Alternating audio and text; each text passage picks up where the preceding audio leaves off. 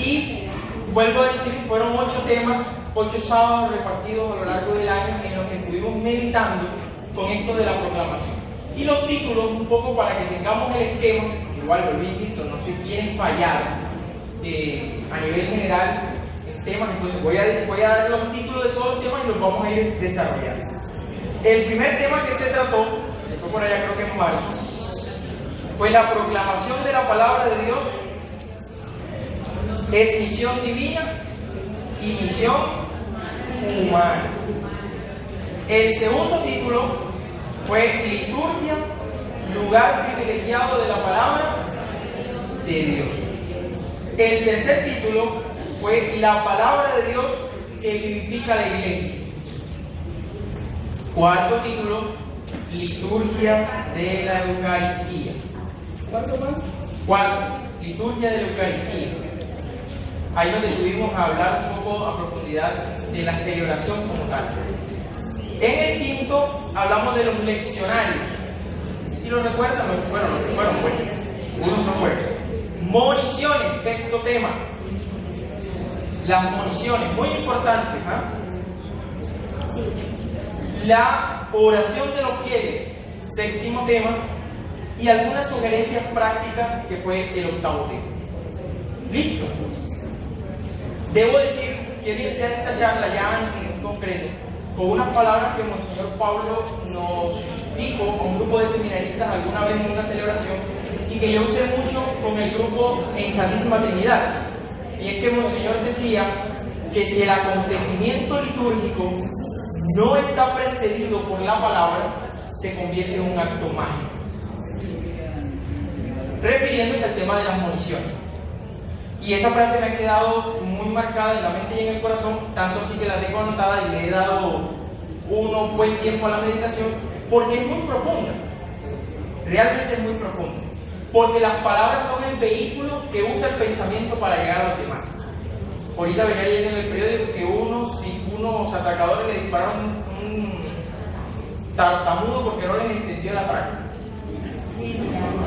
Entonces, ya es la dimensión de la necesidad del habla y de las palabras y de comunicar. El ser humano realmente es un ser de comunicación. Y de ahí que Monseñor se expresara de esta manera, porque cuando uno no entiende los ritos dentro de la iglesia, termina considerándolo un acto mágico. Pierden el sentido sacro para convertirse en mágico. Y mucha gente dentro de nuestra iglesia lamentablemente piensa así. Porque o no ha sido bien catequizada o no ha escuchado bien la palabra de Dios. Y este mundo realmente vive convulsionado por la bulla, por los ruidos exteriores, pero también interiores. Y entonces ante esta situación de ruido, ante esta situación que realmente demanda un silencio interior y exterior, porque es en el silencio donde se encuentra Dios, nosotros muchas veces pecamos. Porque a veces la gente dice, vamos a hacer un minuto de silencio, y no han pasado 30 segundos y ya usted cortó el momento de silencio. O si usted en la hora santa, el sacerdote pone silencio, la gente dice, esa hora santa no me llena, no va. Porque no han entendido que encontrándose a sí mismo, se encuentra uno con Dios. Pero la palabra también es fundamental porque la palabra nos exhorta. La palabra hace de nosotros que podamos comprender algunas realidades de fe. Vuelvo e insisto en la palabra que dijo un Señor: si las palabras no preceden el acto, realmente se convierte en mágico, porque no lo entendemos. Por eso es la importancia de la palabra de Dios, pero también es la importancia de lo que trataremos más adelante, como son las moniciones, explicar bien los momentos y demarcarlos para que quien está llegando pueda comprender la realidad de lo que se está viviendo. Bien, entonces partiendo ya de este hecho y con estas apreciaciones, vamos a dar inicio a estos temas. Bien, vamos entonces al primer título que habíamos desarrollado, de que la palabra de Dios es misión divina y misión humana. Ese fue el primer título que nosotros nos llevamos para el desarrollo. Y en este primer tema nosotros habíamos compartido que quien está llamado a ser proclamador es una gran misión. No es solo el sacerdote, ni los diáconos, ni las religiosas las que están llamados a anunciar. Somos todos nosotros. Todos nosotros estamos llamados a anunciar la palabra de Dios. Somos profetas desde el bautismo. Eso quiere decir que somos, ¿pero qué más?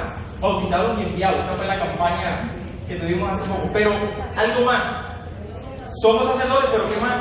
¿Qué es la misión del profeta, más bien? Anunciar. Usted debe convertirse en un anunciador del amor de Dios, pero también debe convertirse en alguien que sea capaz de denunciar las realidades que están en contra de la sana doctrina. Porque ya dirá el Papa Leo, el Papa Pío X, que no porque todo el mundo haga lo malo está bien, y no porque unos pocos hagan lo bueno está mal. Porque hay muchas cosas que ustedes saben que en algún momento fueron legales. Hace 2 siglos, 3 siglos atrás la esclavitud era legal, y para muchos no se veía el horror de vender a una persona. Pero hoy por hoy nosotros, sin juzgar la historia, porque si usted juzga la historia es un anacrónico, pero sin juzgar la historia y sin juzgar ese momento histórico, hoy por hoy nosotros comprendemos que es una realidad completamente engorrosa, que una persona se ha vendido, o que hace menos de un siglo en Europa estuviese correteando a los judíos para matarlos. ¿Me vamos a comprender? Entonces, todas estas realidades nos llevan a nosotros a anunciar en medio de la oscuridad la luz de Cristo, pero también a denunciar esas realidades que, aunque parecen buenas porque están amparadas por los gobiernos, terminan siendo malas en cuestión de fe. Entonces, Dios nos llama, el primer deber es comunicar a Dios. Y para comunicar a Dios usted tiene que pensar en Dios, porque dice San Pedro que nadie da de lo que no tiene. Si usted no puede ponerse a hablar de Dios si usted no lo tiene en el corazón. Y eso es muy fácil de conocer. Una persona que no tiene a Dios en el corazón se descubre fácilmente, porque sus acciones no lo acompañan en sus palabras y se convierte en un antitestimonio para la comunidad. Entonces, si usted desea comunicar a Dios, ya tiene una gran responsabilidad. Porque el anunciarlo no es solamente ponerse un traje elegante con corbata y salir allá a Lambón los domingos y proclamar la palabra. Usted debe ser un proclamador hasta con su vida de eso que está proclamando. Entonces, ¿es un arte? Sí, claro que sí. Proclamar la palabra de Dios es un arte, porque cuando Dios toca la vida, la transforma. Dicen que Dios es lo dueño de lo bello. ¿Qué más? Las categorías. Bello, bueno y verdadero. Bueno y verdadero. Cuando usted se deja tocar por Dios, entonces usted se convierte en una persona bella, buena y ¿qué más? Verdadero. Y de verdad. Es una persona que aquí y cuando no lo ven es uno solo. Por eso usted es capaz de comunicar a Dios. Yo recuerdo que por aquí hay una de esas lectoras que cuando yo era monaguillo, una vez yo le pregunté a la que coordinaba los mayores, porque todos los santos son bonitos. Yo no he visto que todos los santos son bonitos. Yo no he visto, bueno, San Juan María Vianney es agradable. Y algunos otros. Algunos otros santos son agradables. Pero la mayoría destellan en su rostro, o los que lo pintan hacen toda una... Y los que han conocido santos en vida dicen que su bondad, aunque no eran tan agraciados de físico, su bondad era intachable. Y yo recuerdo que esa lectora que está aquí, pero no es ella, ella dijo, es que los santos todos eran bonitos porque estaban llenos de la gracia de Dios. A un niño de esa edad yo lo comprendí, porque estaban llenos de Dios, y Dios hace que todo sea bonito. Dios hace que todo sea bonito. Entonces, esta realidad de que Dios toca la vida y que nos llama a ser comunicadores de Él es un arte. Porque el artista, el artífice, que Dios lo ha llamado a usted, lo ha elegido a usted, para que usted sea su promotor. Y usted debe creerse. Eso es el primer tema que quería como insistir en él. Que usted se convenciera de que este ministerio que Dios le está llamando es una elección. Porque en medio de los 3 millones de personas que viven en el Atlántico, Dios se fijó en el grupito de lectores de cada comunidad y los llamó a decir, oiga, usted puede ponerse enfrente de una comunidad y proclamar la palabra. Dios vio algo en usted que tal vez no vio en la vecina suya, o que no vio en no sé, en otras personas, lo vio en usted. En usted vio una persona llena de capacidades para que usted pudiera ejercer este ministerio. Porque en realidad es un ministerio, que es lo que está procurando el Señor Pablo con esta formación. Que usted se convenza de que está ejerciendo un ministerio dentro de la iglesia. Y que este ministerio no es para cualquiera, sino que es para usted que ha sido elegido por Dios. Y en medio de este ministerio, ustedes saben que la palabra ministerio viene del latín y al castellano se traduce como servicio. Eso quiere decir que nosotros somos servidores. Y yo creo que alguna vez insistía con los lectores de allá de la Santísima Trinidad que el lector no debe buscar el puesto de adelante. Yo sé que a veces por practicidad, porque usted se sentó, le pusieron lector. Y la banca adelante a veces por practicidad, porque después que usted, imagínense, sale por allá donde están las señoras de la mesa, pues se va a demorar. Y a veces hay gente cuando está prestando servicio parece que pueden pasarela, entonces se demora más. Y a veces por eso el padre lo sienta adelante, como para que la cosa no sea tan larga. Pero la idea es que no haya un puesto reservado porque usted es un servidor de los demás y de la comunidad. Ojo con eso. Usted está llamado a servir y a un servicio en particular que es poder proclamar la palabra del Señor. Y como usted es un proclamador, usted tiene que cuidar su lenguaje. Y no digo cuidar el lenguaje porque usted sea vulgar o porque sus palabras son raras, no. Usted debe cuidar el lenguaje porque hay veces que nosotros usamos palabras que efectivamente dañan la fe. Ejemplo, no es lo mismo decir, que es el ejemplo que coloca el material que nosotros compartimos, no es lo mismo decir oír misa que celebrar misa. Y muchas veces nosotros pecamos con eso. Son detalles sencillos, ¿no? que van en el lenguaje. Vuelvo a decir, el lenguaje es el vehículo que usa el pensamiento para hacer. Por algo uno es esclavo de las palabras. Pero usted dice, queda esclavo completamente de él. Y más, si tenemos aquí nuestra amiga cámara, todavía quedará más esclavo. Porque lo que usted diga, vea, yo lo grabé. Le dice, vea padre, yo grabé aquí al seminarista que dijo esto. Fue herético. Ya, me hago comprender. O el lenguaje puede ser mal interpretado, porque vuelvo insisto, a veces hay cosas que pasan sí, porque las decimos cotidianamente. ¿Vas por misa? Sí, voy a oír misa. Son cosas muy cotidianas. Pero a estas palabras nosotros debemos ejercer una dignidad. Todas las palabras tienen una dignidad porque toda palabra está cargada de un pensamiento. Así que ustedes, por eso, bueno, en estos días, las lecturas de la Biblia, de la Eucaristía, han estado apuntadas a la sabiduría.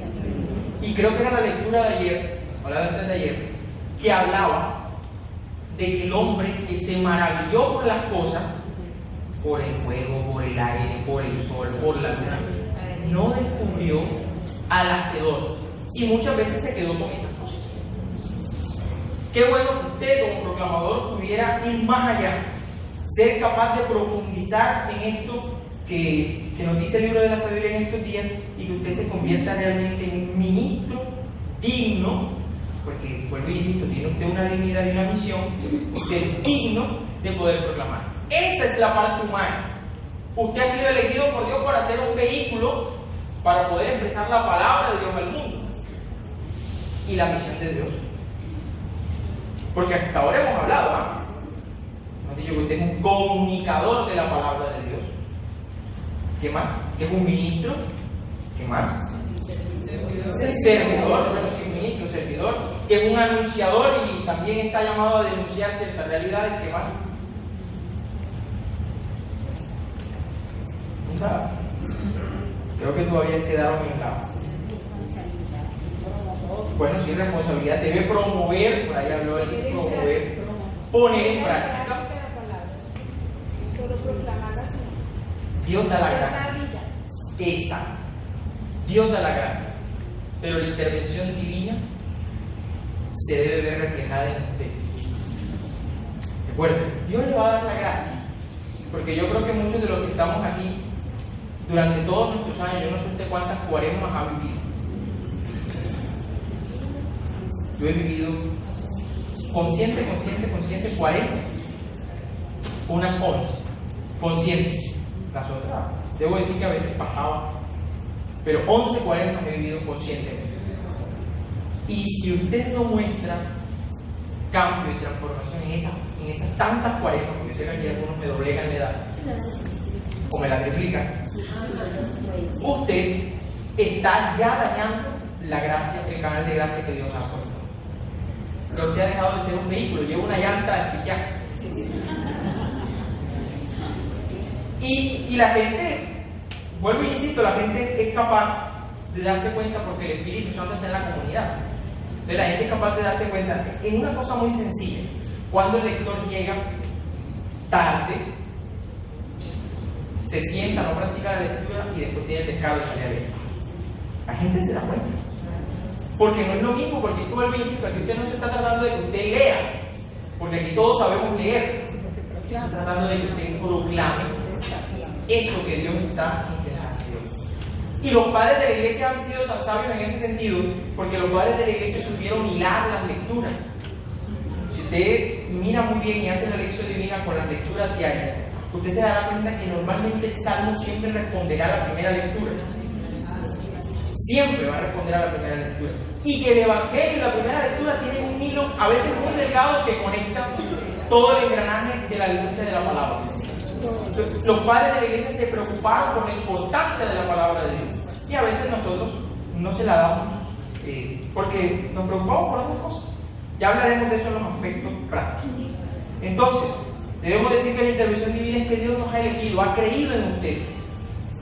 Eso es lo primordial. La intervención divina es que Dios ha creído. A mí me sorprende mucho, porque allá en el capítulo 3 del libro del Éxodo, cuando Dios llama a Moisés, Dios le dice: voy a bajar a salvar a mi pueblo. Dios va. Se lo dejo de tarea. Váyase al libro de Génesis, capítulo 3, 4.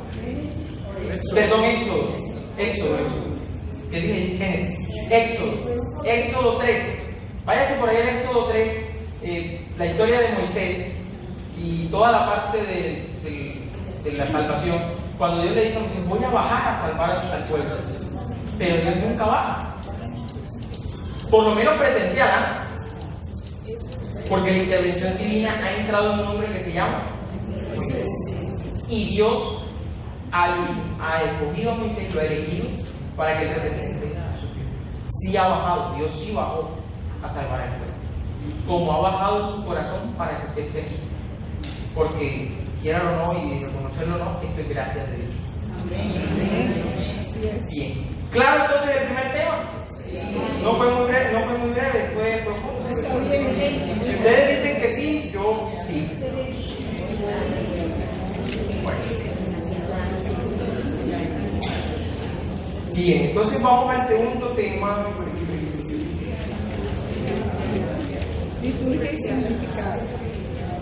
Bueno, voy a detenerme en una cosa que a mí me llama mucho la atención. Miren, a mí no hay una cosa que me encanta y es la liturgia, me gusta mucho.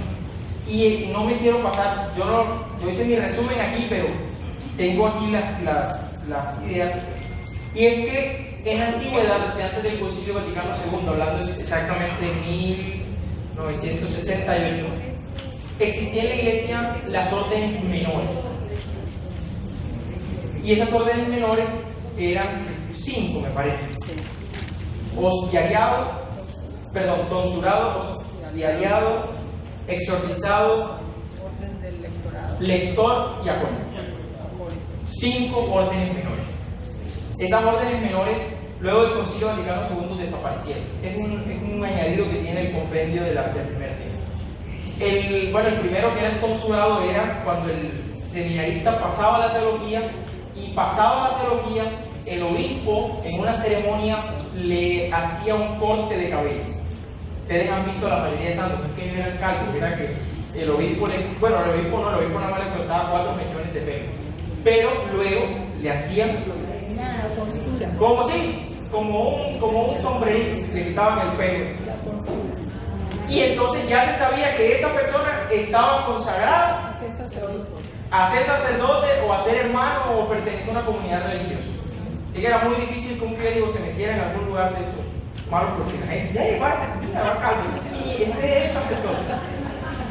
Luego la postura se fue colocando más pequeña hasta que el Concilio Vaticano II dijo: no más corte de cabello. Los obispos no son peluqueros y se acabó la cosa. Luego existía la orden del exorcizado, que era el permiso que le daba el obispo al seminarista para exorcizar. Luego existía el hostiariado, que era como el que tenía las llaves de la iglesia. El seminarista era el que abría la puerta de la iglesia. Que eso todavía existe. Está la señora de la esquina diagonal a la parroquia, que ella es la que guarda las llaves de la parroquia. Y ella es la que abre y cierra la puerta. Todavía existen muchos pueblos. Yo conozco una que todavía vive en Tenerife.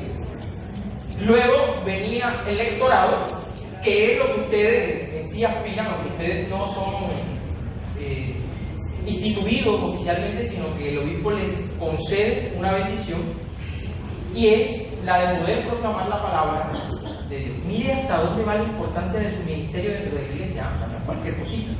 Es que usted ha sido llamado por Dios y Dios le está dando en respuesta este momento, porque Dios siempre responde.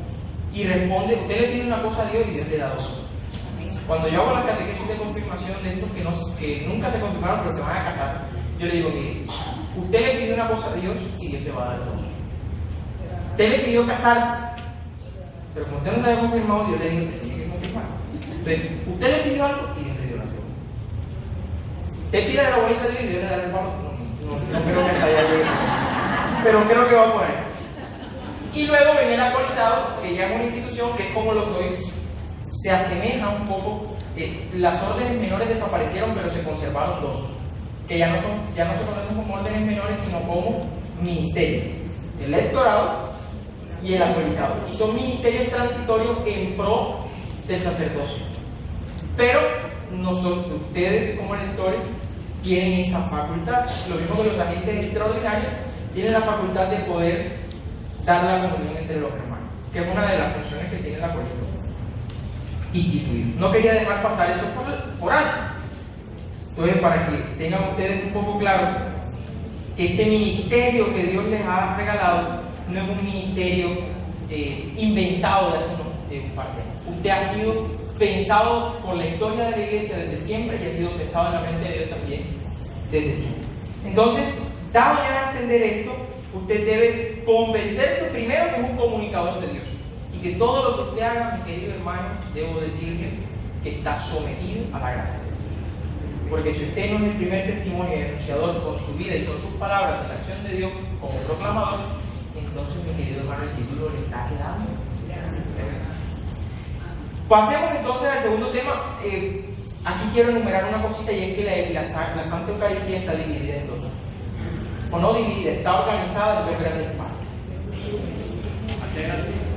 Antes, bueno, a grosso modo, en la mesa de la palabra y en la mesa de la Eucaristía.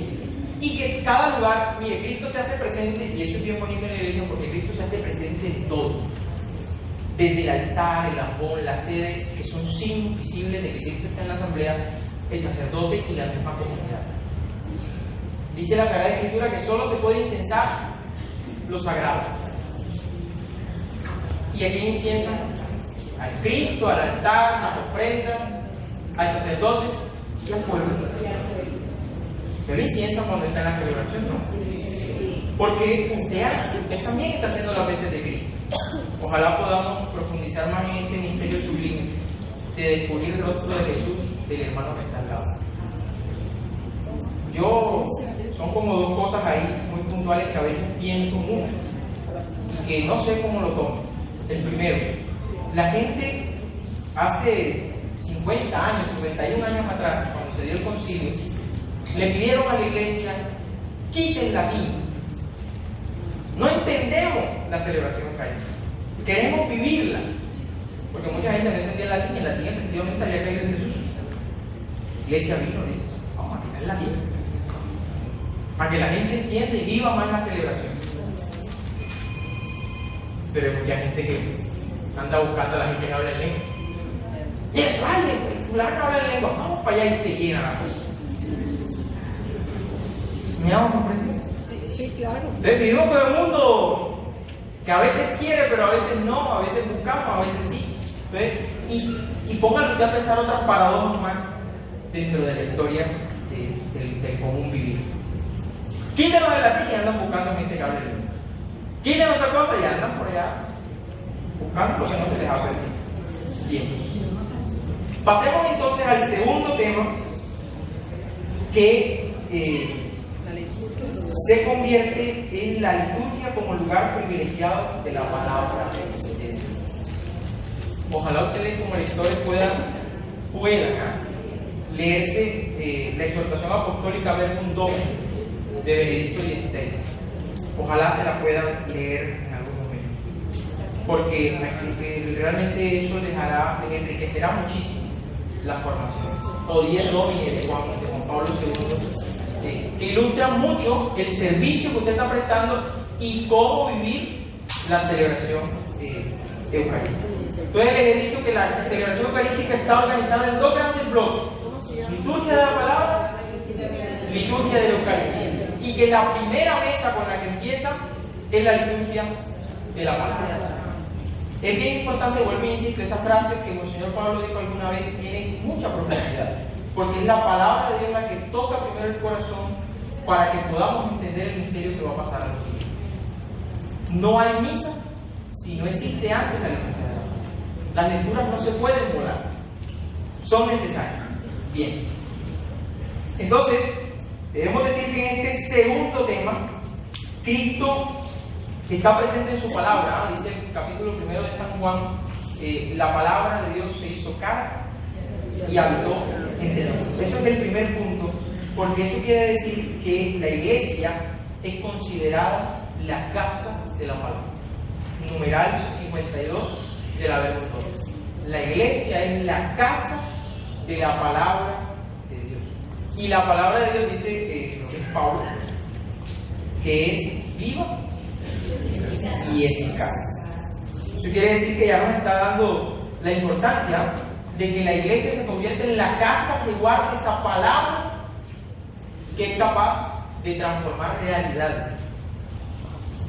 Por eso lo primero que hay que hacer, yo digo, en una parroquia es: si el sonido no funciona, hay que cambiar. Porque si el mensaje no llega, hay que hacer algo para que la gente escuche. Como dice el Señor, hay que escuchar.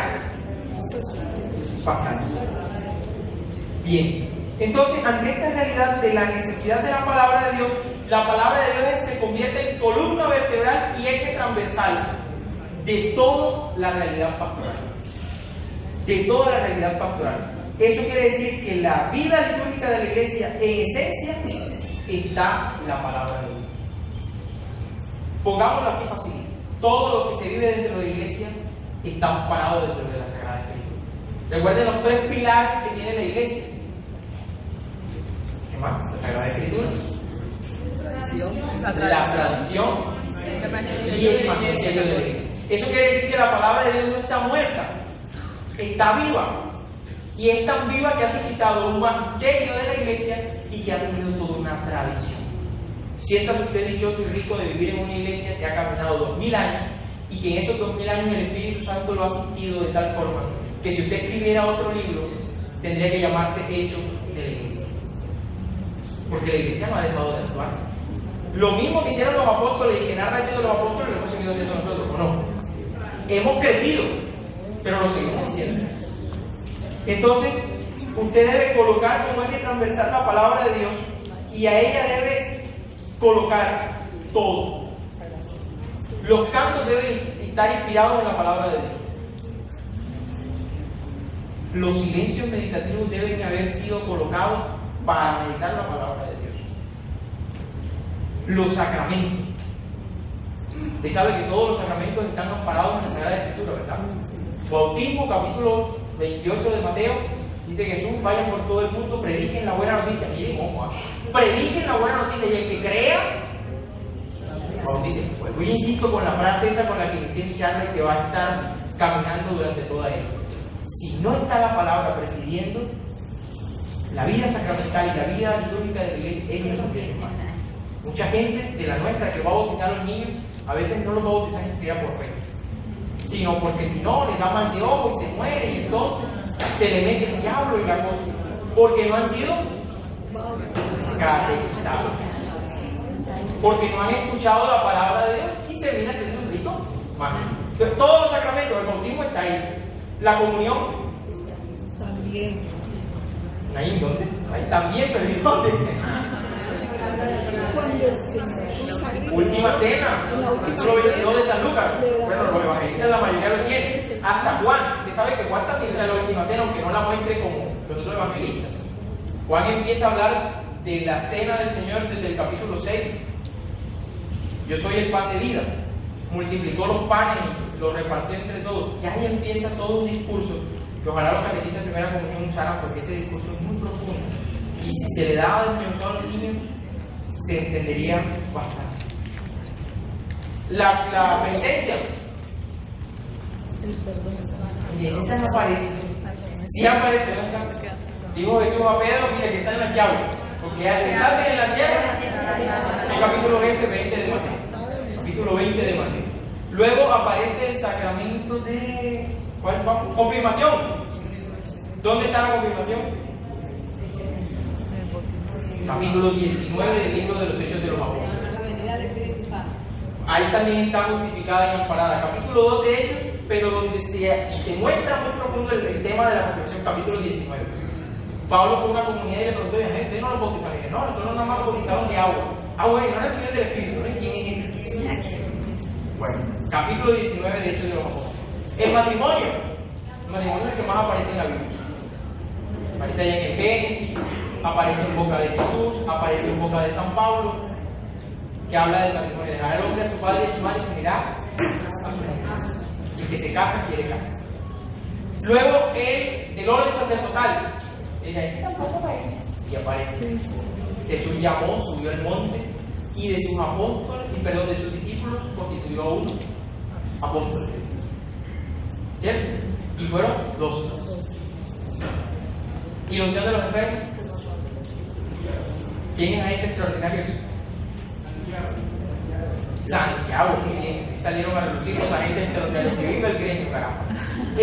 Sí, capítulo 5 de la carta del apóstol Santiago. ¿Hay alguien enfermo entre ustedes? Llamen a los presbíteros porque la oración hecha con fe sana.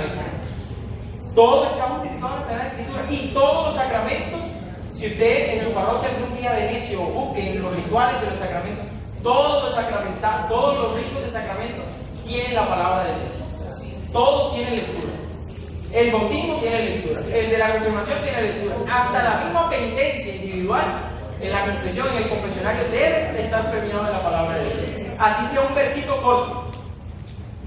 Lo mismo el sacramento de la unción de los enfermos. Todo esto, porque la Sagrada Escritura es la luz que el Señor nos ha dejado para el camino. Y esa luz ha sido tan fuerte que ha constituido a la tradición de la Iglesia y que ha constituido el magisterio vivo de la Iglesia. La Iglesia sigue porque el Espíritu Santo está dentro de ella. Muy bien. Entonces hasta aquí vamos al segundo tema. Eso quiere decir que la casa de la palabra es la Iglesia y que la palabra de Dios debe ser el eje transversal de toda la vida de la Iglesia. Desde los sacramentos, desde la meditación y desde el canto. Y salimos cantando unas cosas y últimamente los cantos evangélicos se han puesto muy de moda. Yo creo que la mitad de los cantos que nosotros tenemos son evangélicos. Eso quiere decir que la palabra de Dios se constituye en una sacramentalidad. Ella misma en sí es una sacramentalidad. Por eso hay que cuidar la Biblia, hay que leerla. Nada de tenerla allá en el rincón de la sala con el Salmo 91. Esa es la única página amarilla, ¿no? Está tan nuevecito como el día que se lo dio el círculo de lectores. Nada de eso. La iglesia debe tener base siempre, y usted como casa doméstica, iglesia doméstica, la palabra de Dios se debe leer. Debe resonar en su casa. En el primer lugar donde usted debe proclamar la palabra es a tu esposo, es a tus hijos. Usted está viendo televisión, diga, ven, siéntese, escuchemos así un pedacito de la palabra de Dios. Que eso ahí va cayendo como una gota en la piedra hasta que algún día le parte el corazón. La Sagrada Escritura entonces ha generado en base los leccionarios, que más adelante hablaremos de ellos, porque los leccionarios no son una cosa más que la compilación de la palabra de Dios estructurada y organizada para responder a los tiempos históricos. Ya más adelante hablaremos de ello porque es un tema propio pero efectivamente tenemos que decir que los leccionarios han sido inspirados en la palabra de Dios. Usted no va a buscar otra cosa diferente en un leccionario, porque todo lo que aparezca en un leccionario es palabra de Dios. Y aquí el sínodo, porque igual lo que estamos hablando aquí es de una profundidad con respecto a este tema, es que la palabra de Dios tiene que estar acompañada por la interpretación. Porque mire, hay que colocar un ejemplo. Hace 2000 años el mundo era diferente, ¿cierto? Pero la palabra de Dios es viva, no pierde validez. Porque dice, creo que es un filósofo, que no hay nada nuevo sobre la tierra.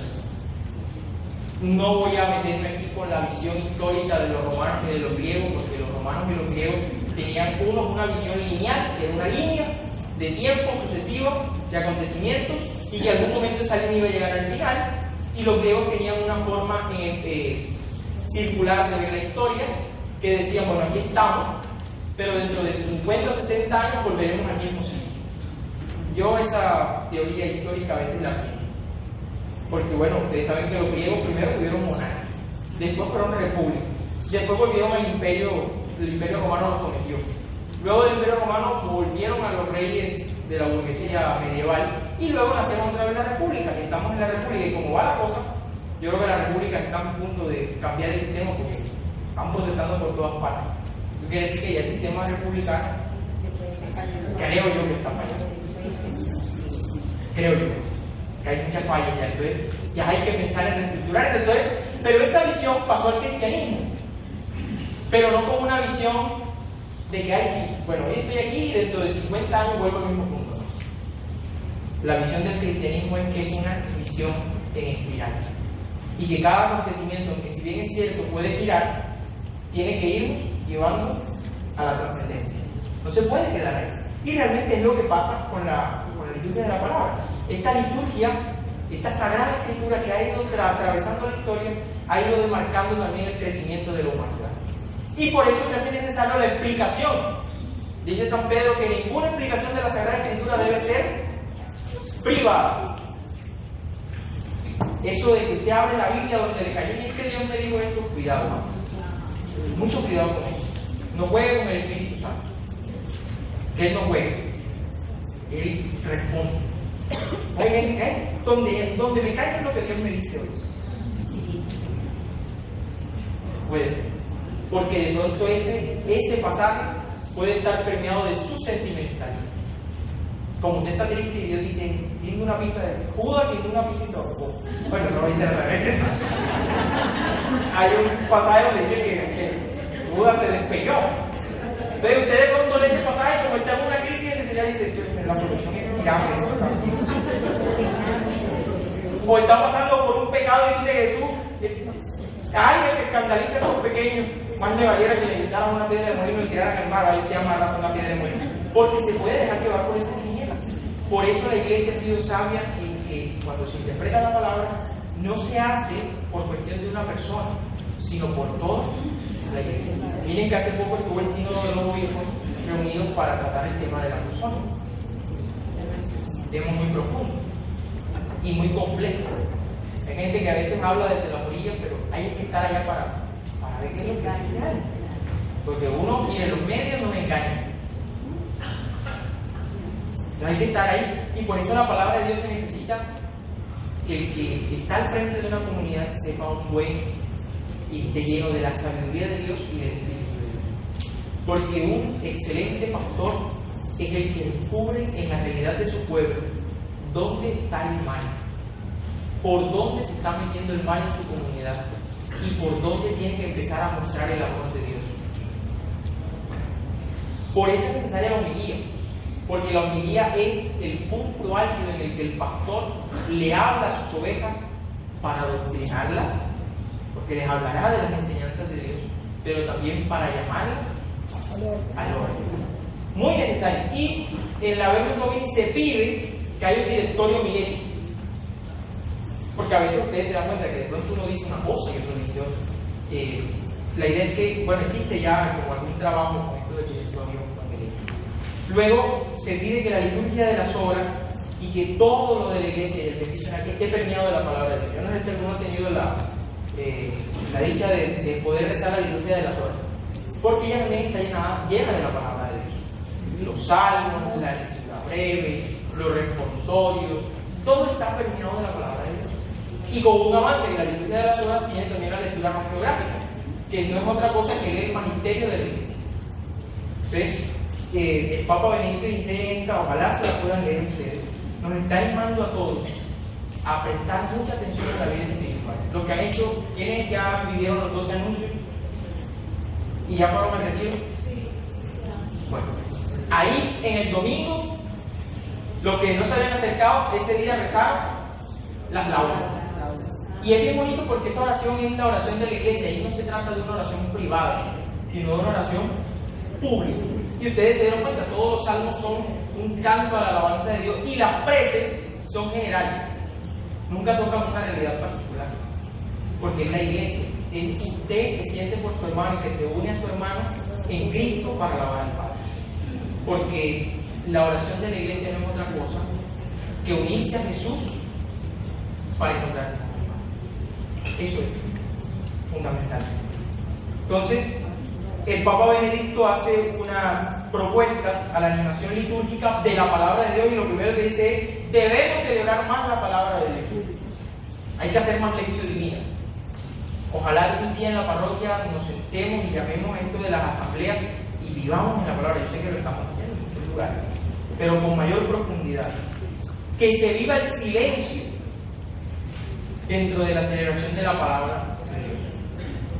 La liturgia sugiere que después de cada lectura hubiese un momento breve de silencio. ¿En qué parroquia lo hacemos? Entre lectura y lectura.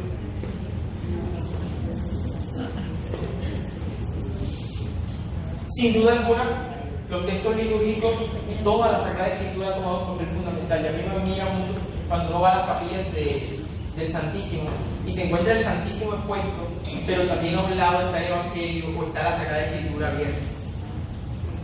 Eso es bien bonito, porque ya nos está hablando de la importancia de la palabra y del sacramento. Ojalá ustedes puedan tener siempre la Biblia en su mano y la puedan siempre estar leyendo. Bueno, decía que el canto también debe ser inspirado litúrgico. Hay muchos cantos inspirados. Yo lamentablemente creo que a nosotros se nos ha olvidado, y como nuestra era está como en ese dinamismo de que saltar y aplaudir, se nos han olvidado muchos cantos de la tradición de la iglesia. Muchos cantos bonitos. Ahí está el canto ese de vienen juntos como hermanos. Ahí está el canto de... Hay un salmo que dice: vamos a Jerusalén. Ahora no se me olvida la melodía. Vamos a la casa del Señor, ya están pisando nuestros pies, tu umbral en Jerusalén. Y así hay una cantidad de cantos que están llenos de una riqueza bíblica, pero que a veces nosotros nos hemos olvidado. O cantamos siempre los mismos. Entonces, eso hay que tenerlo muy en cuenta. Bien. Tercer aspecto para tratar, el tercer tema, ya vamos abajo 2. ¿Ahora me han comprendido? Sí, señor. Sí, señor. Quiero que se vayan claros, porque es como le estoy dando de pronto tanta información, usted está como aquí una tormenta eléctrica y al final sale diciendo: habló bonito, pero no sé qué. Bueno, bien. El tercer tema es: la palabra de Dios vivifica la iglesia. Ojo que este tema está muy conectado con el tema que acabamos de ver. La palabra de Dios vivifica la iglesia. El que me preguntó los títulos se los estoy haciendo la breve pausa para que tenga en cuenta la palabra de Dios vivifica la iglesia. Sí. Vivifica la iglesia. Y aquí hay 3 puntos a desarrollar en este título. El primero es: la iglesia nace y vive de la palabra de Dios. Ese es el primer punto. Nace y vive de la palabra de Dios. Segundo punto: la palabra de Dios sostiene a la iglesia a lo largo de la historia. Sostiene la iglesia a lo largo de la historia. Tercero, la palabra de Dios penetra y anima con la potencia del Espíritu Santo toda la vida de la iglesia. La palabra de Dios penetra y anima con la potencia del Espíritu Santo toda la vida de la iglesia. Bien, Hay una cosa que agregar y es que con esto quiero citar una cita de Hechos 14 donde dice Pablo que llegaron a la iglesia de Antioquía y se reunieron con la iglesia y se pusieron ellos, Pablo y Bernabé, a contar todo cuanto Dios había hecho juntamente con ellos y cómo había abierto el corazón a los gentiles. Ojo, Pablo y Bernabé le contaron a la iglesia todo lo que Dios había hecho para abrirle el corazón a los gentiles. Eso es bien interesante, porque ya está hablando de que esta palabra de Dios que es viva está ayudando a que otros puedan entender. La fe entra por el oído. Usted a veces escuchó a la señora que dijo, ay, ese padre se le siente unción. Y usted le causa como la curiosidad, porque uno casi siempre se mueve por curiosidad. Y dice, ¿será que sí? Y fue, y Dios le agarró y mire dónde lo quiere. Usted dio esos 12 anuncios, uy, qué cosa tan rara. Y después de los 12 anuncios, el domingo, no, Monseñor, eso en mi vida me tocó, esto revolcó mi vida, hizo una metanoia, me cambió bien y aquí, Monseñor, perdiste la vida. Pero el primer día usted como que llegó como que sin ánimo. ¿Me vamos a comprender? La palabra de Dios es capaz de llegar, pero solo cuando se abre a la escucha y solo cuando toca las realidades personales de la iglesia. La iglesia ha hecho un gran esfuerzo porque nosotros alcancemos todos a tener la palabra de Dios. Hay gente que dice, yo les confieso que a veces eso, la molestia de saber que a veces la ignorancia es atrevida a la gente. Es que la iglesia ocultó la Biblia y no se la daba a leer a nadie. Usted ha leído que en la Edad Media, el 80, casi que el 80 o el 90% de la población era analfabeta. Entonces, ¿para qué íbamos a dar un libro? Pensando que los libros eran costosísimos, porque no es ahora que usted vaya a la Universidad del Atlántico, pide un libro prestado y le saca copia, y el libro que costaba 80 en la universidad se lo dejan en 20. Sale más barato. Más de uno que se está riendo, como que creo lo que hace por ahí. Le saca copia, listo, lo tiene en su casa, y ya no. Antes era un copista que se sentaba a escribir, y a usted no le da rabia cuando usted está escribiendo una carta a mano y se le vuelve una letra o se equivoca en algo y todo cabrón de la hacer. ¿Usted se imagina cuánto se demoraba un copista para? Y la gente no sabía leer, además, más de uno cuando tenía un libro en su mano, como no sabía ni qué era, no le voy a decir para que usaban el papel. Entonces, al buen sí, aquí me lo dijeron. Pero de verdad, entonces, a veces nos quedamos en que, ay, sí, no le daban la Biblia a la gente, pero vuelvo y insisto, la gente en ese momento no sabía. Entonces, es como echarle la perla a los cerdos, porque no sabían el uso. Eso es ahora que la mayoría sabemos leer, el que no sabe leer tiene por obligación que aprender. Pero antiguamente no, y la gente vivía feliz. Yo creo que es lo más inteligente, menos felices, porque más carga se hace. Dirán ustedes, es un plomo, no quiero estudiar, no. Solo que digo que a mayor inteligencia, mayor responsabilidad, y toman más cosas. Porque la gente antes nada más tenía en el patio sembrado lo que se iba a comer y vivían felices. Ahora tiene que empezar, que tiene que iniciar a las 6 de la mañana, salir de su casa para llegar al trabajo, trabajar 8 horas, para ganarse el sueldo mínimo y tener que hacer una videocompra en Ara para que descanse. O entre uno o un y bueno. Sí, claro, es que en la parroquia tengo que hacer mercado allá. Bien, entonces estos aspectos la iglesia ha hecho un gran esfuerzo para que ahora, cuando usted realmente sabe lo que es la escritura, usted pueda acceder a ella. Y se ha hecho un gran esfuerzo en las parroquias porque usted se acerca a la lección divina, porque usted se encuentre con la palabra de Dios. Ojalá, vuelvo e insisto, se compren la ley de la Verbum Domini y se la lean. Los numerales de la charla anterior van del 52 al 64. Si quiere, descárguela. Si usted es necio con la tecnología, entre a Vatican Bar y descargue Verbum Domini, que es gratis. Verbum Domini. Verbum Domini. Y se lee los numerales 52 y 74 y verá que va a iluminar el mundo. Verbum Domini. Sería palabra de Dios. Palabra de Dios. En Vatican Bar, recuerden eso con el internet, entren a Vatican Bar y ahí encuentran la descarga. Ahí están todos los documentos de la iglesia que son muy antiguos realmente, no sé de dónde es. Bien, la palabra de Dios sostiene la iglesia a lo largo de la historia. Segundo punto. La palabra de Dios ha sostenido a la iglesia a lo largo de la historia. Hasta nuestros días, oye. Hasta nuestros días la sigue sosteniendo. Es así que debemos decir en primer lugar que la palabra de Dios no es estática. Y que la historia tampoco lo es, porque es muy dinámica. Se han dado cuenta que el mundo ha cambiado y nosotros hemos sido testigos de un aceleramiento. De un aceleramiento. Pasamos de tener una panela de teléfono a tener el smartphone última generación. Que no es nada. Y con eso también un debilitamiento, ¿ah? Porque usted se ha dado cuenta que entre más avanzada la tecnología, la vida se ha puesto mucho más difícil. Y la estrategia de marketing es que usted un celular más de 2 años no le dura porque la empresa tiene que venderle otro, si no quiebra. Y el celular suyo, aunque usted lo cuide y no se dañe y lo tenga bonito como el mío, usted en 2 años se va a poner lento el celular y va a tener comprado porque ya no le sirve. O porque tanta propaganda dice, yo quisiera tener ese teléfono, no para Navidad. No lo tengo. Uno empieza como esto. Entonces, ha sostenido la iglesia, ha respondido a la realidad espiritual y social de cada tiempo. ¿Eh? Yo creo que sí. Siempre la palabra de Dios responde. Y mire, yo he sido testigo de que cuando uno le pide a Dios respuesta, Dios habla en su palabra. Usted va a misa, de pronto va triste o va pensando en algo que lo está inquietando, y Dios le habla. Siempre y cuando uno esté bien atento a escuchar. En lo más mínimo, Dios le está hablando. Pero es que algunos, Dios les habla y se hacen los solos. Hay unos que no escuchan porque están distraídos.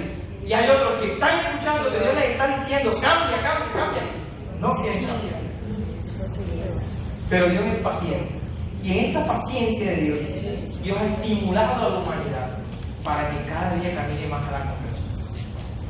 Y eso lo hace por medio de la palabra de Dios. Y no solo de la palabra, sino de la tradición de la iglesia. Los padres de la iglesia han profundizado en este ministerio. Mucho profundizado. Si ustedes miran toda la carga homilética de San Agustín, de San Hilario, de Juan Crisóstomo, ustedes verán una riqueza en cuanto a la historia de la palabra que ha respondido a su tiempo. Ojalá ustedes como lectores se desvivieran por estos temas y estuviesen a la vanguardia de todas estas cosas. Porque efectivamente la iglesia no ha dejado de responder a cada momento histórico. En cada momento histórico la iglesia sabe dar el paso. Es lenta, sí. ¿Sabe por qué la iglesia es lenta? Porque ha madurado y sabe que del acelere solo queda el cansancio. Se toma su tiempo. Ese le dice, ¿por qué el padre no hace nada? Perro bien, la derecha. Tranquilo, que cuando vea, se siente el mordisco, lo está mordiendo, ya lo está mordiendo. Tranquilo, que la iglesia es mansa como paloma, sagaz como serpiente. Y esa es la palabra de Dios. Si usted lee la palabra de Dios, se nutre de ella, entonces usted vivirá en consonancia con lo que Dios quiere. Hay que animar la pastoral bíblica. Ojalá todos los lectores que están aquí se motiven a animar la pastoral bíblica. A veces solo lo dejamos para el mes de septiembre. El mes de septiembre es el mes de la palabra, entonces el mes en que hacemos el altar de la Biblia. Pues, que todos los meses sea, que podamos sacar una catequesis antes de misa hablando de algún libro, del contexto en el que se escribió el libro, porque hay gente que a veces no entiende el contexto. Dice, pero ¿por qué Dios pidió tal cosa? Y responde a su contexto histórico. Toda la Sagrada Escritura tiene un contexto de fondo, que cuando uno lo comprende, puede entender mejor el mensaje que Dios quiere dar. Sería bueno, ojalá, y no solamente lo dejen para el bíblico. Aquí hay alguien de la pastoral bíblica, deberían. Háganle promoción. Estoy haciendo promoción a la pastoral bíblica. Deberían estar en la pastoral bíblica, porque usted, ¿cuál es la herramienta más de otro lado? El leccionario no está en la pastoral bíblica. Pero es que el padre no nos deja más de 2 cintas. No estoy diciendo eso, estoy diciendo que usted se convierte en un animador de esa pastoral. Que usted vaya a la casa y diga, bueno, como están las asambleas, vamos a organizarnos para leer la palabra. Bien, la palabra de Dios tiene una profundidad que toda ella es movida por el Espíritu Santo.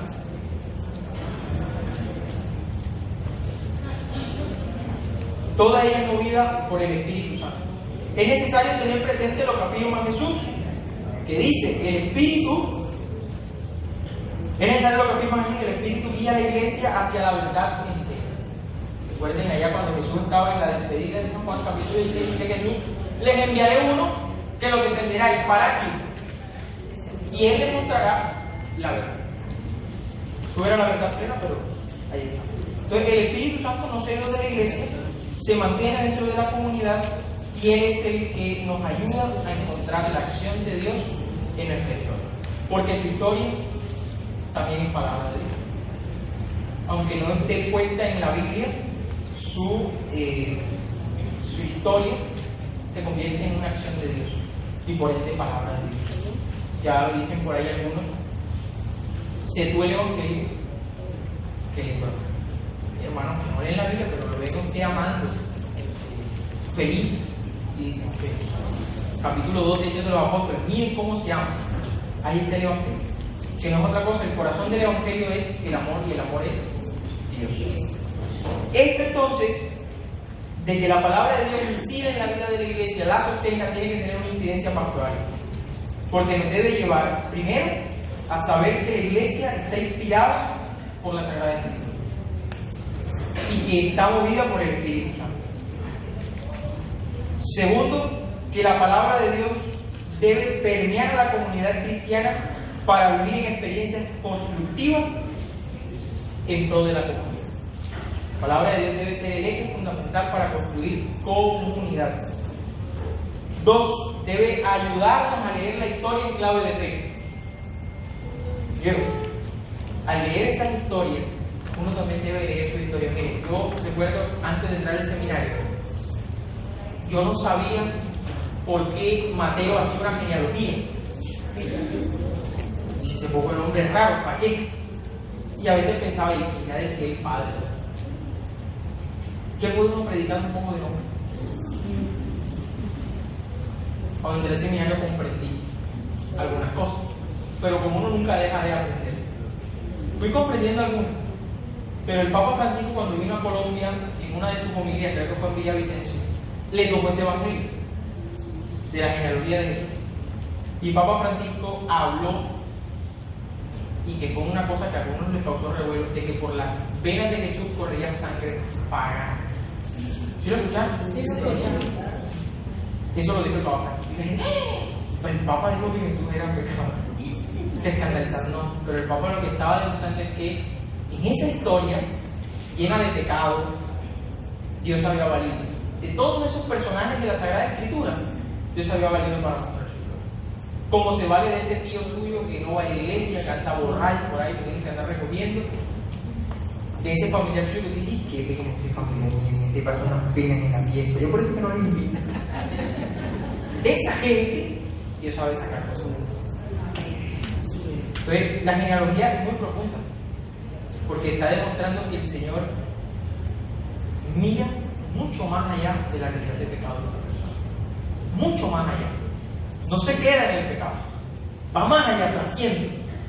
Porque Dios lo conoce todo. Usted dirá, porque Dios lo conoce todo, entonces lo comprende. Sí, pero Dios también está llamado a comprenderlo. Una frase que me quedó calada para siempre de mi vida en el seminario es: hay que experimentar misericordia para ser misericordioso. Si usted no experimenta misericordia, no será misericordioso. Si usted no es capaz, a veces dice, pero ¿por qué no peco si yo voy a la iglesia? A veces es necesario pecar para levantarse, y sabiendo ya la falta cometida, saber comprender a Dios. Es necesario a veces. Y por eso la genealogía de Jesús es eso. Ojalá se la lean también de tarea. Te diría que poco de tareas está dejando en seminarista. Pero es que me gustaría que ojalá pudiera meterse en este mundo de la palabra de Dios y decir, hombre, la palabra de Dios es nada más que la narración de la actuación de Dios en la historia de Dios. Y esa actuación de Dios se traduce en mi propia historia. Si la Biblia hace eso en usted, ya tenemos ganado un proclamador santo para la iglesia. Si lo hace así. Porque esa palabra que usted a veces parece que fuera hace 2000 años, usted la está llevando al corazón. Y entonces es capaz de reconocer hasta en su misma familia la acción de Dios.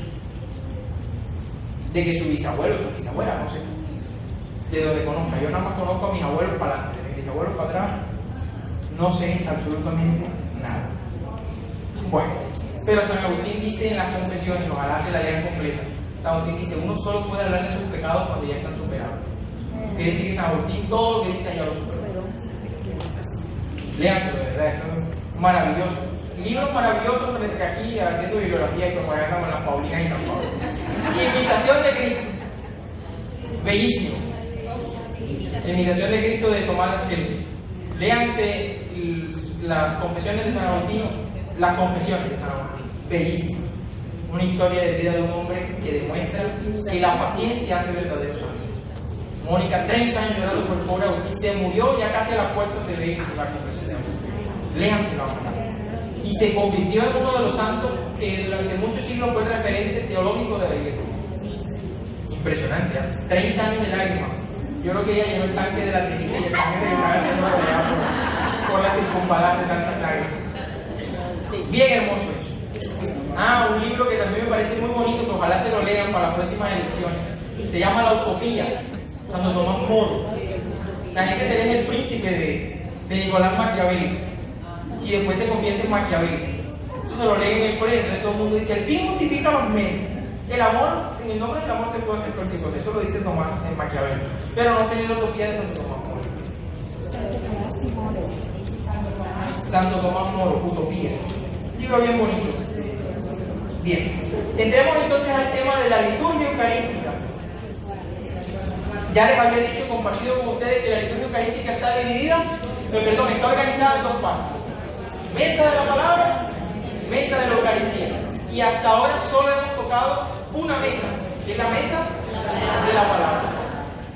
Quien organizó esto lo hizo también muy esquematizado.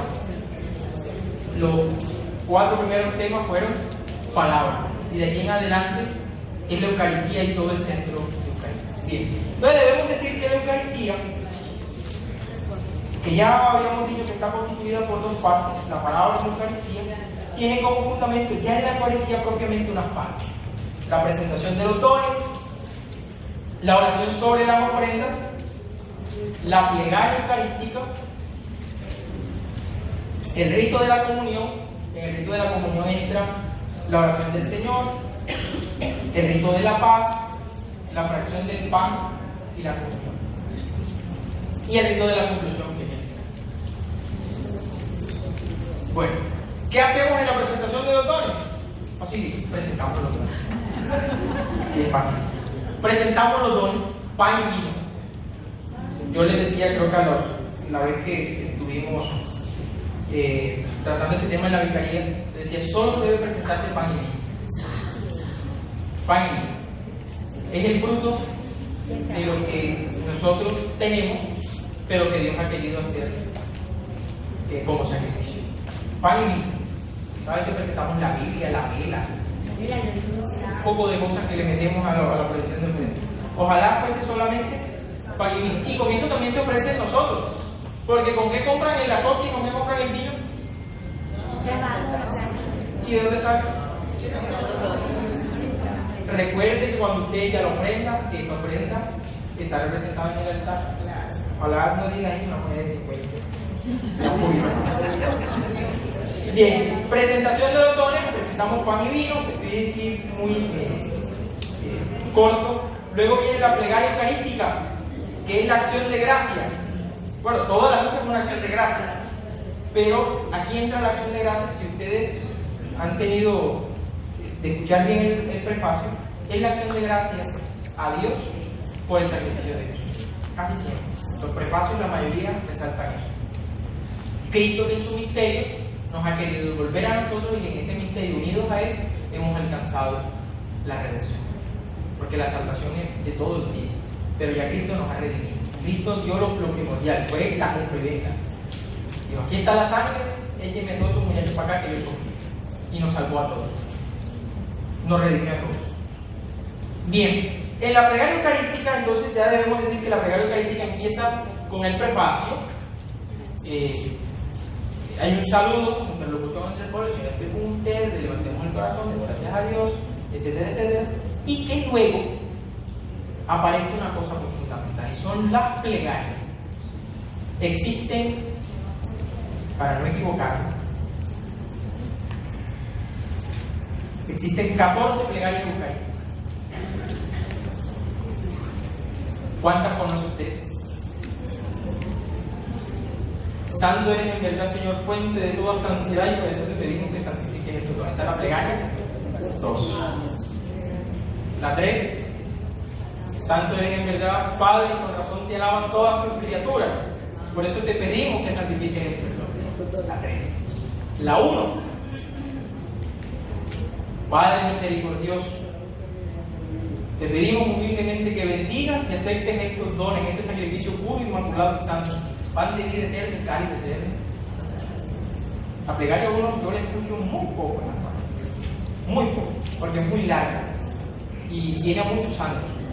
Y así con Santa María la Virgen, Madre de Dios, el esposo San José, los santos apóstoles Pedro, Pablo, Andrés, Santiago, Felipe, Bartolomé, Mateo, Simón y Tadeo, Lino, Pietro, Clemente, Cinto, Cornelio, Santiago, Lorenzo, Crisógono, Juan y Pablo, Cosme y Damián, y la de todos los santos de Dios no hacen eso, pero conozcan mucha gente. Jesús le monta mucha gente al barco y no la hace. Existe la plegaria 4, ustedes dirán, se sabe todo eso, pues imagínense, casi toda una vida escuchando misa, celebrando la misa. Está bien, ¿cómo están? Algunos se sorprendieron, otros ni se dieron cuenta. Usted se dio cuenta, sí. Lo importante es que se dé cuenta.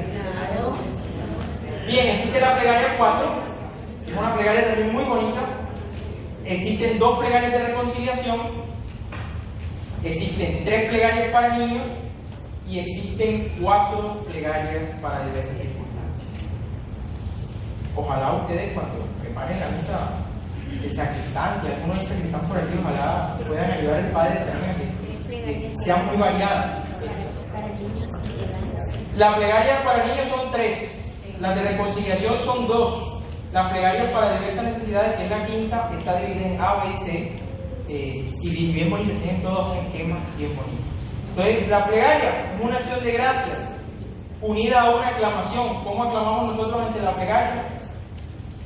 Después que el sacerdote dice, y con los santos, unidos a las voces celestiales, cantamos sin cesar. Muy bien. La epíclesis, una palabra nueva, algunos no la saben. La epíclesis es la pedida del Espíritu Santo para que venga a transformar el pan en vino. Muy bien. La narración y la institución de la Eucaristía. El sacerdote dice, y la noche de su pasión tomó el pan y dándole gracias lo partió. Ahí están las palabras consecratorias. Son las mismas palabras de Jesús. Bueno, traducidas a nuestro idioma, pero son las mismas. La anágnesis, miren, nosotros, y esto se lo resalto, el tema litúrgico a mí me apasiona mucho. Ustedes perdonen, pero estoy intentando ser breve, pero la pasión del corazón gana. La anágnesis es hacer memoria. Nosotros en la celebración eucarística no repetimos nada, ni volvemos a hacer lo que ya Jesús hizo. Hay un canto por ahí que dice que en cada misa tú repites tu sacrificio. Pobre de tú, cada misa lo más. No, en cada misa no se repite el sacrificio de Jesús. El sacrificio de Jesús es único. Fue uno solo y ya no vuelve a pasar. ¿Qué es lo que sí hacemos en la misa? Hacer memoria de ese sacrificio real. Eso sí lo hacemos en la Sagrada Eucaristía. Y eso es la anágnesis. Entonces el Padre dice, así pues Padre, al celebrar ahora el memorial de la muerte. Mire, es que es tan bonita la liturgia porque cuando celebramos las grandes fiestas, la liturgia dice, por lo menos en Navidad, la liturgia dice, hoy ha nacido el bebé. En Navidad, el día de Nochebuena, ustedes van a escuchar que hoy ha nacido el Salvador. En la Pascua ustedes van a decir, hoy resucitó. Y dirán, pero ¿cómo? Si no resucitó, pasó hace tantos años. La liturgia es la actualización del misterio pascual. Entonces, cuando usted vive ese momento celebrativo, usted no está repitiendo nada. Usted está actualizando ese momento. Actualizando ese momento. Por eso a veces usted no puede convertir la misa, fieles y ministros no puede convertir la misa como en un teatro. En Semana Santa los apóstoles todos disfrazados y ponen una mesa aparte con pan y uva. Es una sola mesa, es la del altar. No hay más copas que la del cáliz de Jesús, no hay más pan que el pan que está en la mesa. Nada de pan, y que ustedes compran los panes, los llenan de espigas y ponen uvas y las copas. Y ahí están haciendo un teatro. Mejor hagamos una obra de teatro. Y dejamos la misa después. Bien. Vienen las intercesiones. ¿Por qué pedimos nosotros en la misa? por los vivos. Muy bien. Siempre en todas las misas, haya o no haya intención, pedimos por los vivos y por los muertos. Siempre. En la plegaria Dios dice, acuérdate, Señor, de los que han muerto en tu misericordia y admítelos a confesar los pecados. No dice el nombre, pero ahí invocan a todas las ánimas del purgatorio. Y después dice, ten misericordia de todos nosotros. Nosotros, dice, la gente que baila, que no baila. Y con María la Virgen Madre de Dios. Y la plegaria uno, que es la más larga, porque dice, te sacia los nombres de todos. Entonces ellos dicen, y por los vivos, y por los oferentes, y por los que nos dan para el culto. Siempre, ojalá ustedes en su vida pastoral puedan vivir la misa diaria, siempre. Porque siempre es la acción de gracias de la Iglesia a Dios Padre por Jesús.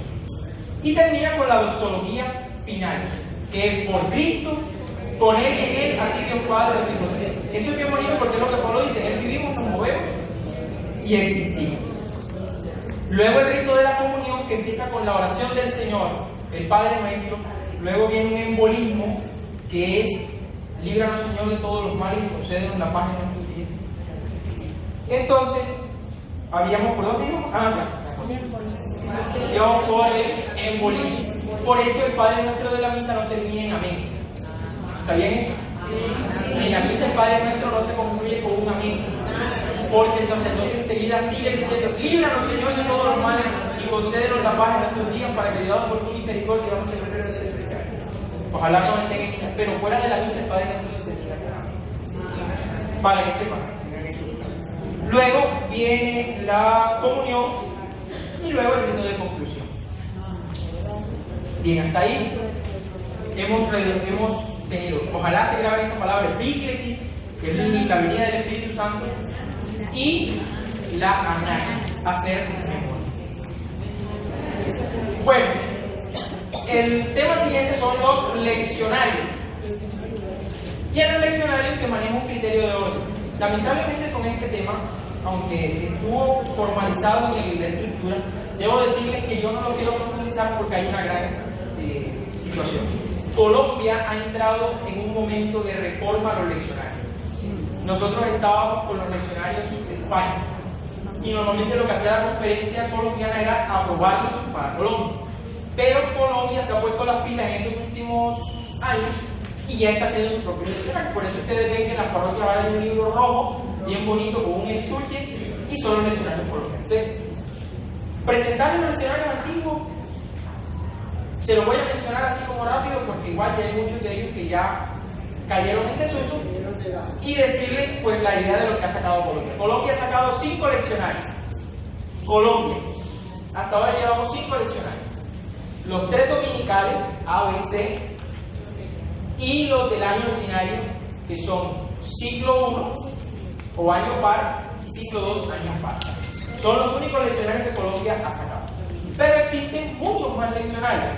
Alguien que me aproxime un número. Son 11. Yo sé que en la mayoría de parroquias no están todos. Normalmente en las parroquias tenemos los 3 leccionarios de los ciclos dominicales, el leccionario del año ordinario, o sea, el par y par, el de los santos, y si acaso el del niño o de la Virgen María, una cosa así. Pero normalmente yo todavía no conozco una parroquia que lo tenga completo. Los de Colombia ojalá los podamos tener. Bien, entonces con eso de los leccionarios ahí quedamos. Miren, la tradición de la iglesia es bien bonita y ojalá ustedes cuiden la iglesia. Yo siempre he admirado la vida de los santos por eso, porque ¿usted sabe cuántos santos tuvieron que quemarse las pestañas con mechones de vela, porque no había luz, para organizar por acción del Espíritu Santo que todas las lecturas combinaran? Una cosa del Espíritu Santo. Bien. Luego, las moniciones.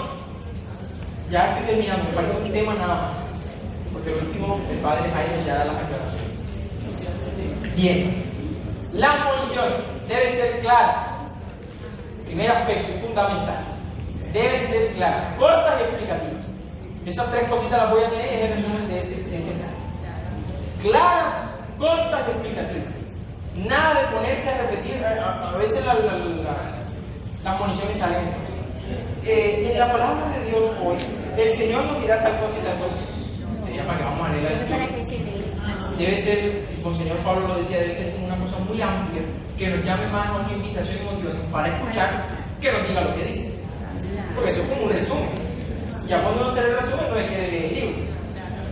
Díganmelo a mí en el colegio, que cuando me lea el resumen, ya me leí el libro.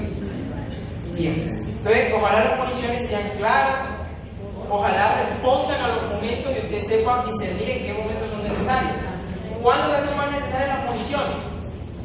Cuando hay momentos que la gente no ve muy común. El Viernes Santo, porque el sacerdote se pone. Porque en cierto lado del Jueves Santo se quita la casulla y se pone a lavar los pies y no lo puede hacer con la casulla. Por eso tiene un significado. Hasta el Viernes Santo, ustedes por tanto el obispo, si los ha acompañado en una ceremonia, el Viernes Santo el obispo no lleva el anillo.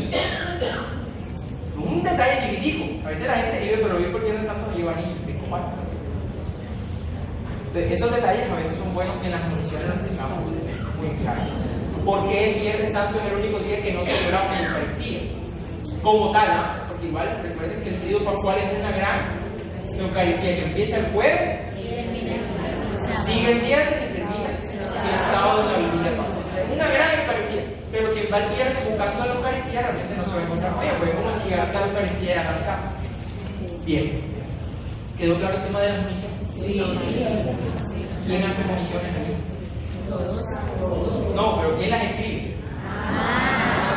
Sí, porque yo decía, también no te espíritu. Pregúntenle a los de la comisión lo que sufre a veces uno haciendo esas municiones. Y entonces hay gente que dice, en esta hoja apareció Benedicto XVI, lo que no sabe cómo es el trastorno, pero eso. Se lo comento porque yo en el 2015 las escribí. Y más de una vez la gente salía diciendo, esas municiones están como el juego. Perdónenme de esta vez. Bien. Y el último tema para tratar ya en esta tarde es la oración de los fieles.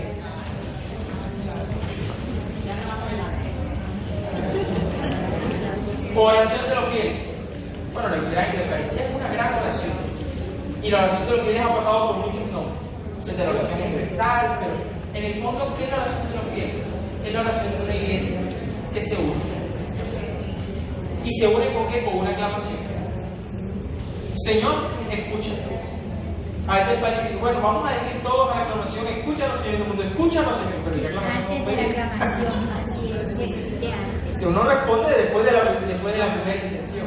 Entonces, la oración de los fieles es eso. Es conectar a los fieles en la oración de la iglesia. Por eso se le conoce también como oración universal. Porque es la oración nuestra de la iglesia.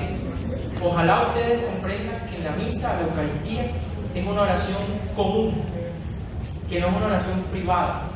Que no soy yo y Dios. Es la oración de todo el pueblo que se une. Y eso es bien bonito porque la iglesia lo ha sabido llevar.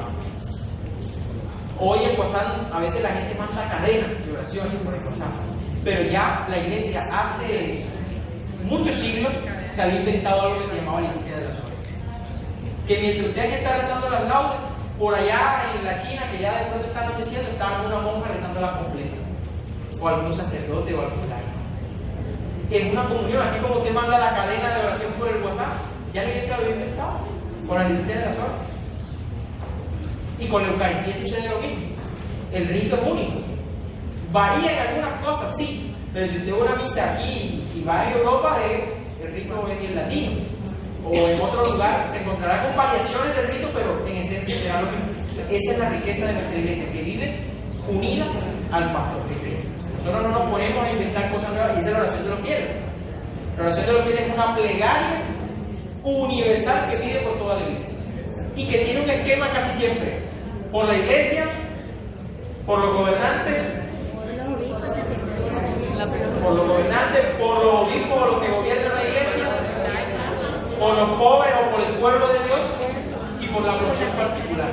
Si ustedes se dan cuenta, la comisión casi siempre es la estructura, y esa es la estructura de la oración. Iglesia, gobierno, pobres, necesitados, enfermos y la iglesia particular. Había unas sugerencias al final, que es el tema 8, y que esas sugerencias yo las pensé más como para alguien con que fuera conocido o una cosa así. Porque son temas de manejo de micrófono, de manejo de público, porque no es lo mismo que yo hable con el micrófono por acá abajo a que hable con el micrófono pegado en la boca. Para que viene el otro que tiene que... ¿Ya? Uno tiene que saber manejar la voz, para que la gente no se duerma, cuando la gente está durmiendo tiene que alzarla. No, comprender este tema del manejo del micrófono, del manejo del lenguaje corporal, pues mira, a veces uno no dice las palabras, pero nada más con la gesticulación de la cara, uno no se la ve, la gente dice, ya como que aquí la cosa está como maluca. Sí, vamos a comprender. Todas esas cosas son sugerencias, la misma ropa. Usted no puede subir allá arriba. Además, hay iglesias que tienen las escalas altas y entonces uno va subiendo una señora que vaya a ir con un muerto por aquí. Entonces, el vestir, la misma actuación del lector dentro del presbiterio o dentro del caminado, como les decía, a veces hay gente que parece que fuera modelando y entonces va siguiendo eso. Todas estas cosas son de lenguaje corporal y son sugerencias, que era el último tema, de cómo llevarlas a cabo. De que si usted tenía problemas con alguna letra o con la dicción, empezar a hacer ejercicio. Por eso digo, es un tema más de fonoaudiólogo, digo yo. Que es lo que sabe que si usted tiene problemas con alguna palabra, que ponga un lápiz debajo de la boca, o empieza a practicar en el espejo cómo va a leer, o las pausas, las tildes. No es lo mismo decir que iba Pablo con sostenes a decir que iba Pablo con sostenes. Hay un pasaje de la Biblia que dice que iba Pablo con sostenes, y más de uno puede decir que iba Pablo con sostenes.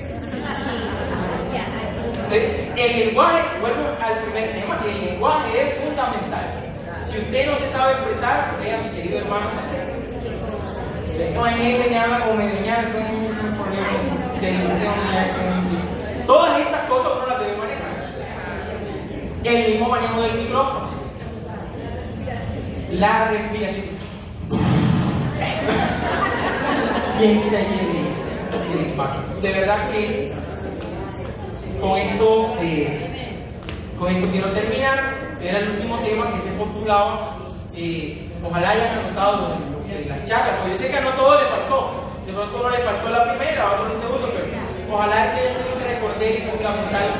Y lo que quiero que se lleve usted, mire, comprométase a hacer esto con amor y lo demás vendrá cual. Entonces, ojalá usted se comprometa a ejercer este ministerio que por gracia divina Dios lo ha llamado y la iglesia le está confirmando, para que usted viva realmente en plenitud de este ministerio. Que no sea usted un signo de antitestimonio para la iglesia, sino que usted realmente sea el comunicador por excelencia de las gracias que Dios quiere transmitirle a usted como primer sí, pero se me olvida la palabra. Es el primero en todo y después de usted a los demás. Ojalá sea así. Y bueno, quiero felicitarlos, son bastantes, y cuando estuvieron en el retiro yo no estuve, pero vi la foto y créanme que esto demuestra que la iglesia está viva y para y se está moviendo. La iglesia que está bueno, les agradezco mucho a todos por su atención. Dios les pague y buenas tardes.